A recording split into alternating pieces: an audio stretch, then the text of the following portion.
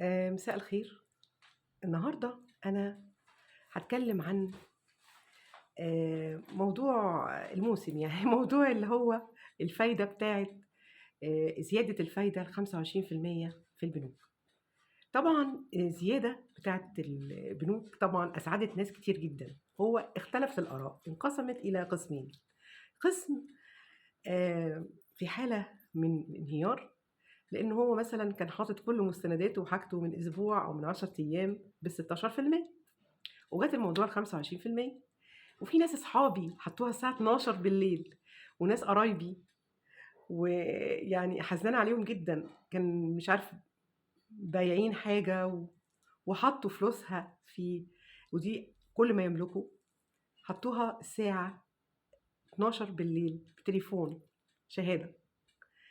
آمم الناس دي أنا صعبانة عليّا. فطبعًا أنا قبل ما أشرح لكم القصة، إن في ناس انقسمت يعني قسمين. ناس فرحانة أوي، أوي طبعًا إن هي هتلحق تعمل الشهادة دي، أو ظروفها بتسمح بالشهادة دي، ناس تانية ظروفها مش هتسمح، لإنها لسه حاطة شهادة من أسبوع أو 10 أيام أو الساعة 00:00 بالليل، أو في ظروف معيّنة يعني بتمنعهم إنهم يعملوا الشهادة دي. بس الشهادة دي أنا عايزة أقول لكم هي أمل المصريين. هي جات كده، يعني عارفين الحاجة كده يعني الناس مغمومة ومتضايقة لقت حاجة كده بتضحّكهم، بتسعدهم، الناس ماشية فرحانة، اللي يعني عندهم ظروفهم إنهم هيعملوها، والناس اللي هم مش يعني قادرين يعملوها وعملوا حاجات امبارح بالليل ظروفهم أو يعني حظهم السيء. أنا حزّانة عليهم جدًا يعني، وخصوصًا ناس قريبين منّي أوي. وكل ما أكلّم حد ألاقيه منقسم الانقسام ده. ناس في البيت واحد، ده أنا رُحت امبارح وأنا رُحت أول امبارح وعندهم حزن شديد جدًا. مش عايزة أقول لكم كإن في حد ميت في البيت، يعني بجد والله. لإن الناس ظروفها دلوقتي وارتفاع الأسعار، والناس دي عايشة معظمها على الفوايد، فوايد البنوك. فطبعًا لمّا الفايدة تزيد 25% أو 22.5% لو هي هيعملوا 3 شهور من 16%، لأ ده مبلغ. فأنا يعني باستسمح، ما أعرفش النظام ده هيمشي إيه، إن هُم يعني الناس اللي هي حتى عاملة الساعة 00:00 عاملة قبليها بيوم أو 2 يعني يبقى في شوية مرونة للناس، لإن الناس مش ناقصة هموم، مش ناقصة مشاكل. وغيظهم بقى من الناس اللي رايحين يعملوا يعني ده في حالة تحدي جامد جدًا، وحالة من الإحساس بالإحباط الشديد. طبعًا هُم ما لهمش سبب، يعني ما لهمش أي يعني طبعًا اللي عملوا القصة دي هُم ما يعرفوش اللي هيحصل ده يعني، أو ما كانوش مخططين له. بس هُم فعلًا الناس اللي ما عملتلهمش شهادة أنا صعبانين عليّا أوي.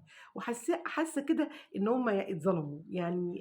وخصوصًا إن طَب اعملوا لهم مثلًا غرامة وتقدروا يشاركوهم في هُم هيبقوا فرحانين.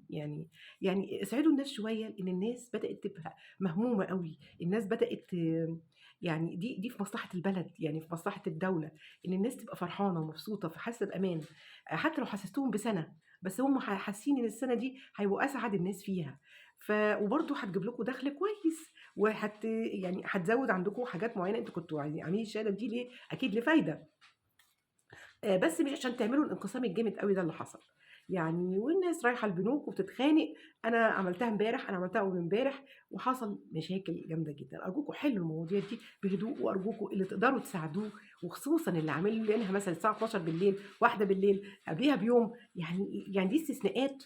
يعني حصل ساعات يعني. وبعدين أنتم لا كنتم عاملين إعلان، ده بالعكس. يعني أنا عايزة أقول من ضمن برضه العيوب اللي حصلت، إن في قناة مشهورة لمذيع مشهور مش هاذكر اسمه، طلع مدير البنك المركزي وقال إن مش هتزيد الشهادات. فالناس خلاص كانت واثقة في كده، وفوجئنا بعد كده بالشهادة اللي هي 25% جات امبارح وقلبت الموازين كلها.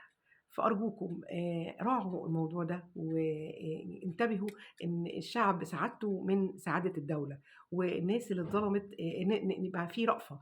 يعني يتعمل قرار كده في البنوك، إن الناس اللي لسه عاملة شهادات أو جايبة فلوسها من أي حتة وحطاها امبارح، أول امبارح، في خلال مثلًا يعني range معين تقدروا تسمحوا بيه، هنعمل لهم غرامة بسيطة، وعايزين يدخلوا. يبقى أنتم كده حققتوا عدالة بين الناس اللي حطِّت والناس اللي عايزة تحُط، و نسعد الجميع. ده رأيي يعني. ومش عارفة طبعًا هو هينفع والّا لأ، بس أتمنى طبعًا للناس دي كلّها كل الخير، وأتمنى إن ما حدّش يتضايق، لإن ده نصيب. آآ ربنا مش عارف نصيبه فين. يعني ما حدش عارف نصيبه فين فعلًا. الحاجات دي ما نزعلش عليها أبدًا، في ناس بتبقى معاها فلوس ومش سعيدة، وفي ناس عندها ما قصور ومش سعيدة، وفي واحد قاعد تلاقيه مع ولاده بمنتهى السعادة مجرد إن هم كلّهم مع بعض. ف ربنا عامل لكم الخير وما تزعلوش، لإن أنا شايفة ردود فعل عنيفة جدًا من الناس دي، وشايفة إن هم في حالة إحباط شديدة.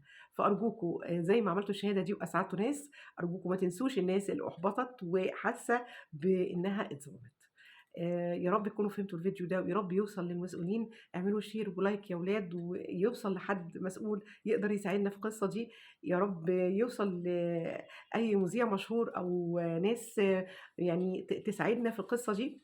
وأنا يعني هاقول للميس مش هاوصّيها إنها تتكلم في القصة دي، ويا رب يعني تقدر تعمل محاولة معايا.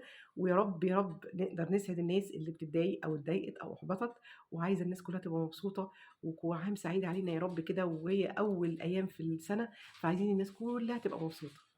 والسلام عليكم.